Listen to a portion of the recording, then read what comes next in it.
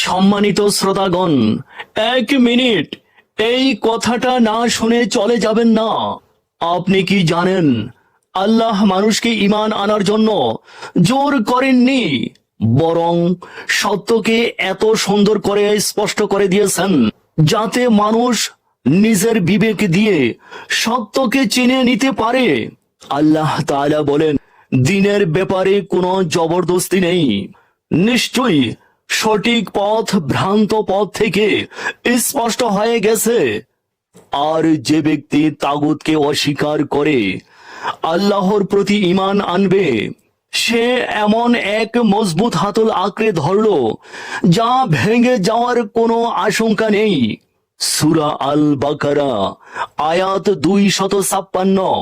একবার গভীরভাবে ভাবুন, আলো যখন আপনার সামনে থাকে তখন অন্ধকার বেছে নেওয়া, এটা কি আলোর দোষ?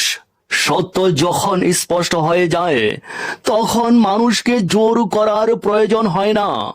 ইসলাম শুধু বলে না আমাকে মানো, বরং বলে সত্যকে দেখো, বুঝো, চিনো, তারপর সিদ্ধান্ত নাও।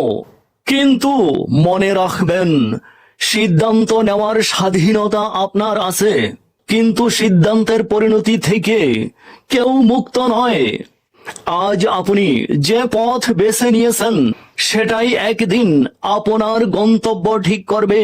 তাই অন্যকে পরিবর্তন করার আগে একবার নিজের হৃদয়কে প্রশ্ন করুন, আমি কি সত্যিই আমার রবের পথে আছি? হয়তো এই আয়াতটি আপনার কানে পৌঁছেছে শুধু শোনার জন্য নয়, নিজেকে বদলে দেওয়ার জন্য। আল্লাহ আমাদেরকে সত্য চিনে গ্রহণ করার এবং হকের পথে অটল থাকার তৌফিক দান করুন। আমিন।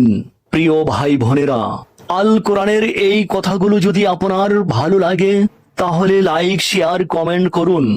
আর প্লিজ চ্যানেলটি ফলো সাবস্ক্রাইব করে রাখুন। আলহামদুলিল্লাহি রব্বিল আলামিন।